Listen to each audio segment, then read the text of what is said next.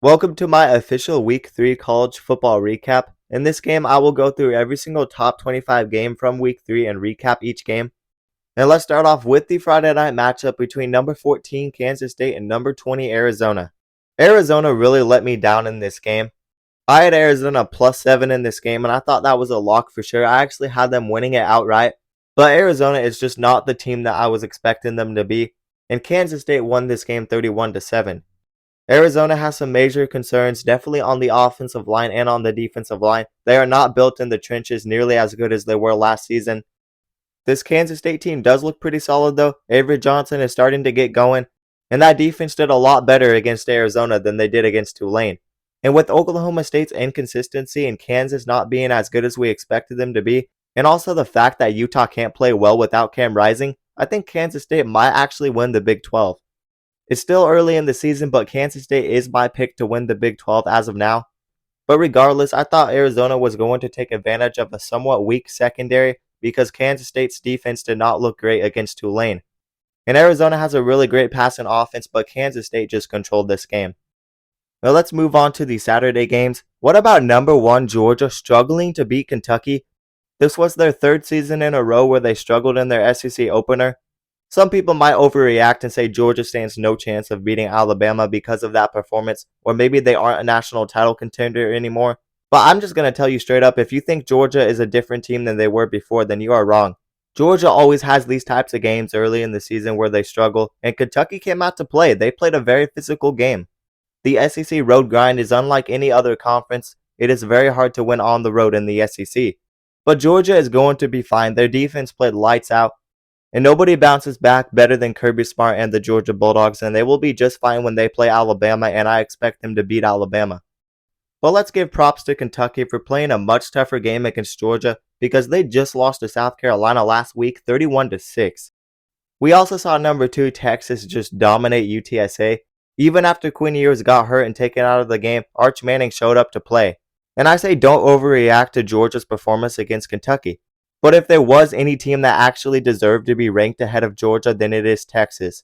Texas had that dominating win against Michigan, and they have looked good all season. Texas looks legit, and the defense seems to have taken a big step forward. Albeit they haven't played a super tough opponent, I don't think Michigan is even that good. But winning on the road against Michigan and dominating them the way they did was impressive, and it could have been much more lopsided. And Texas beats UTSA 56-7 to move to 3-0. Another impressive performance was Alabama's 42-10 win over Wisconsin. This was a huge bounce-back win that Kalen DeBoer desperately needed to silence the critics. A lot of people were talking after that terrible performance against South Florida last week, but Alabama dominated Wisconsin and Jalen Milroe put on a heck of a game. Jalen Milroe had 200 passing yards for 3 touchdowns, and he also had 75 rushing yards and 2 touchdowns. So overall, he had 5 touchdowns, and this Alabama team was rolling. And I was also impressed with the defense, albeit you're playing against a pretty bad Wisconsin offense. But this was a pretty good win in a tough road environment. Not that many teams can go on the road and score 42 points on Wisconsin. We also saw Ole Miss dominate another lesser opponent. Wake Forest is a Power 4 team though, so this was a step up in competition, and they held Wake Forest to 6 points. I actually predicted Ole Miss to win this game 41-9, so my prediction was actually pretty accurate. I wasn't expecting Wake Forest to score a lot of points in this game, and I really think this Ole Miss defense took a step forward, and they are a top 5 team. It's still early in the season, and they have to play a lot more competition, but this Ole Miss roster is built from top to bottom. They have a great receiving core, they have the quarterback, they even have a pretty great rushing attack even after losing Quinshaw Judkins, and they added guys up front on the defensive line like Walter Nolan and Princely U. Jackson Dart put on another Heisman-like performance in this game, throwing for 377 yards and 2 touchdowns, and they also ran the ball extremely well. Ole Miss had over 600 yards of total offense against this Wake Forest team, and this was a very dominating performance from Ole Miss. A team that is concerning me a bit is Missouri, but they did manage to come back from behind and beat Boston College 21-27. They were down 14-3, I believe, in the first quarter of this game. But after Boston College went up 14-3, it was either in the first quarter or the second quarter, I'm not sure. But after Boston College went up 14-3, Missouri completely turned the game around and really controlled the game. So I will give them credit for that, but this Missouri team was not playing a super clean game, and there's still some concerning issues. And watching this team play, I don't really know if they are the number 6 team in the country. Boston College, I think they're going to be an okay team, but Missouri had no business only beating this Boston College team by 6 points, and they had to come back from behind 2 touchdowns. We'll see how Missouri does the rest of the season, but there are some glaring issues because they had this game at home and they really couldn't dominate Boston College. This game had to have been one of the weirdest games from this week. Tennessee managed to beat Kent State 71-0. And if you look at the first half score, it was 65-0. I don't even know if that's been done before. It's probably been done, but it's probably been a long time since a team has scored 60 points in one half. I don't know, someone fact check me, I'm not sure about that stat. But 65 points in one half is actually insane. The thing is, it's not like they were even trying to run up the score. They were just pounding the rock, and Kent State could not match up with them. Tennessee looks like a really good team. The Russian attack is one of the top Russian attacks in the country. They have the quarterback, and they have the defense as well. When I'm evaluating this Tennessee team, I think they are a legit national title contender, and they should be ranked ahead of Missouri. Tennessee had 740 total yards of offense in this game, but I'm not going to take too much away from this game. They haven't really played anybody yet. I don't think NC State is that good, even though I was high on them early in the season. But Tennessee does get a decent test at least. Next week they play at Oklahoma. That's not going to be an easy game. So if Tennessee can control that game and win it by double digits, I think they should be a really good team this year. And I think they do have the potential to control that game against Oklahoma because Oklahoma has had some glaring issues as well. Another team that has had glaring issues this season is the Oregon Ducks, but finally they showed up to play. They beat Oregon State 49-14. It was a weird first half score. Oregon was only beating Oregon State 22-14 at halftime. But if you watch the game, you would realize that Oregon State literally controlled the time of possession in the first half. Oregon barely had the ball, and they scored on every single possession. But after the first half, Oregon went on a 27-0 run, and they won the game 49-14. This was easily the cleanest game Oregon has played all year, and they played up to their standard in this game. And the thing that makes this Oregon team scary is the fact that there are still some things that they could work on. For example, their run defense has been a little bit sketchy. The secondary has been really good, much improved from last season in my opinion. But if they can get their run defense to shape up, they have a legitimate shot at beating Ohio State in October. Oregon finally played like a top 5 team against Oregon State. The offensive line did its job even with multiple starters out. They played a nearly perfect game on offense. Dillon Gabriel went 20 for 24 with 300 yards and 2 touchdowns. The run game was very effective as well. And they didn't have a lot of penalties in this game. So this was a huge step in the right direction for the Oregon Ducks. And I'm telling you, if they can shape up that run defense, they are going to be a very scary team. Miami rolls again against an easy opponent. They played Florida A&M, and now they play Ball State. They haven't played anybody this year because Florida is just trash. So maybe people overreacted to that win against Florida a little bit. But I still think this Miami team is legit, and they are a top 10 team. Cam Ward is just that good at quarterback. They have the defensive front 7 as well. They have the playmakers at wide receiver, and they have a great running back in Damian Martinez. This team has depth at just about every position, and Cam Ward continues to build a Heisman resume. He went 19 for 28, 346 yards, and 5 touchdowns in this game. Utah managed to beat Utah State 38-21. They played this game without Cam Rising, but still managed to score 38 points, so that was a pretty good sign to see. Even though they started this game down by 2 possessions, they were down 3-14 with 14 minutes in the second quarter. I do have some questions with this Utah team. I think they are a bit overranked. Cam Rising is really the heart and soul of that team, and without Cam Rising, they really struggle.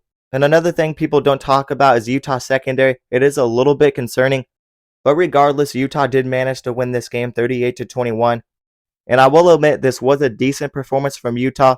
Their offense actually outperformed the defense, even without Cam Rising out, which was pretty impressive. But still, there are some glaring issues because they don't play that well without Cam Rising most of the time.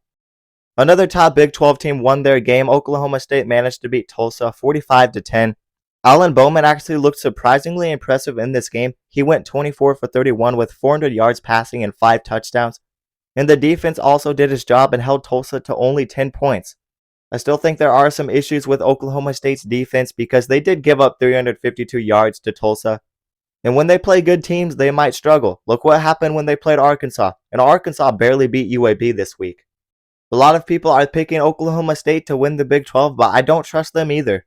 They're definitely a good team, and they have Ollie freaking Gordon, but they have some inconsistency issues.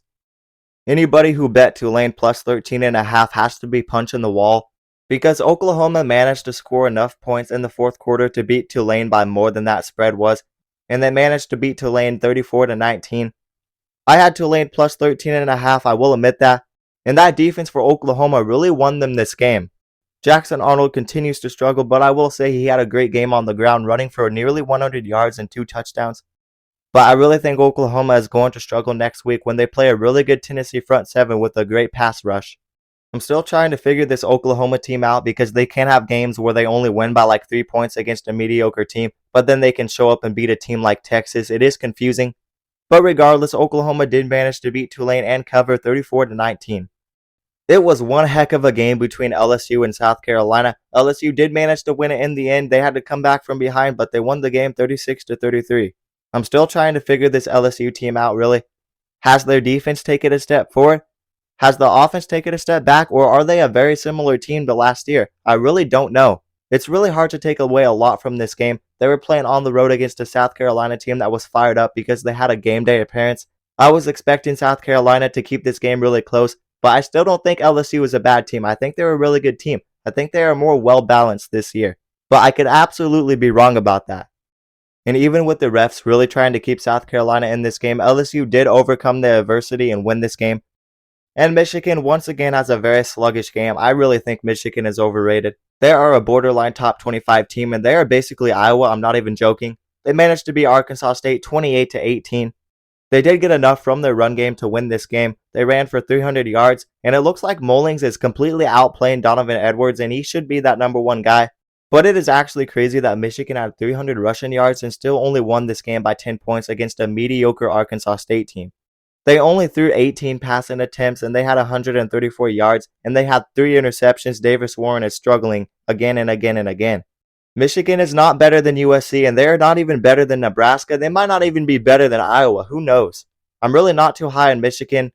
I think people are still holding on to last season a bit too much. It is a new year and this is a completely different Michigan team.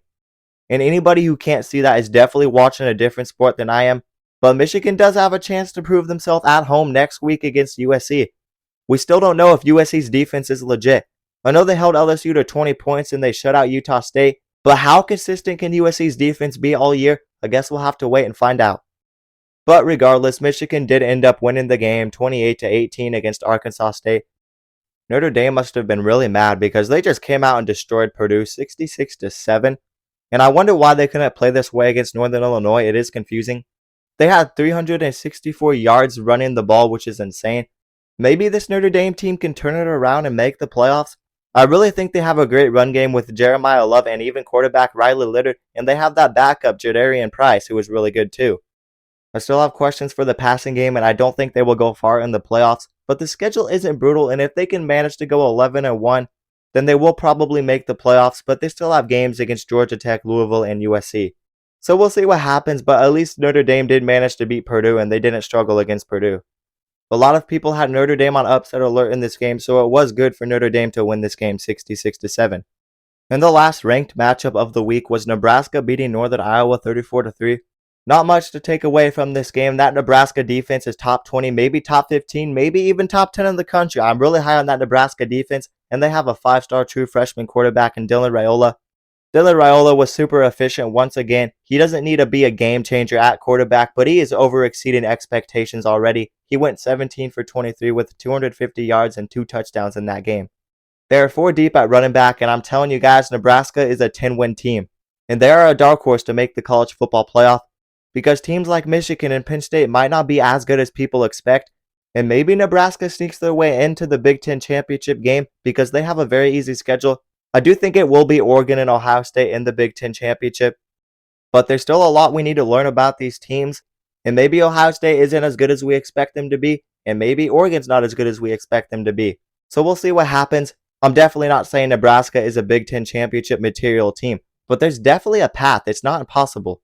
But regardless, I definitely think Nebraska is a top 5 Big Ten team and definitely a top 20 team in college football. But anyways, that is going to do it for my Week 3 college football recap. You guys let me know down in the comments below some of your takeaways from the week. But let me remind you guys to like the video and also subscribe to the channel and turn on notifications so you never miss an upload. And if you guys love college football, then you'll love this channel. because we upload a ton of college football content and we basically cover everything on this channel. So definitely consider subscribing and also consider checking out my socials down in the description below. But that is going to do it, guys, and peace out.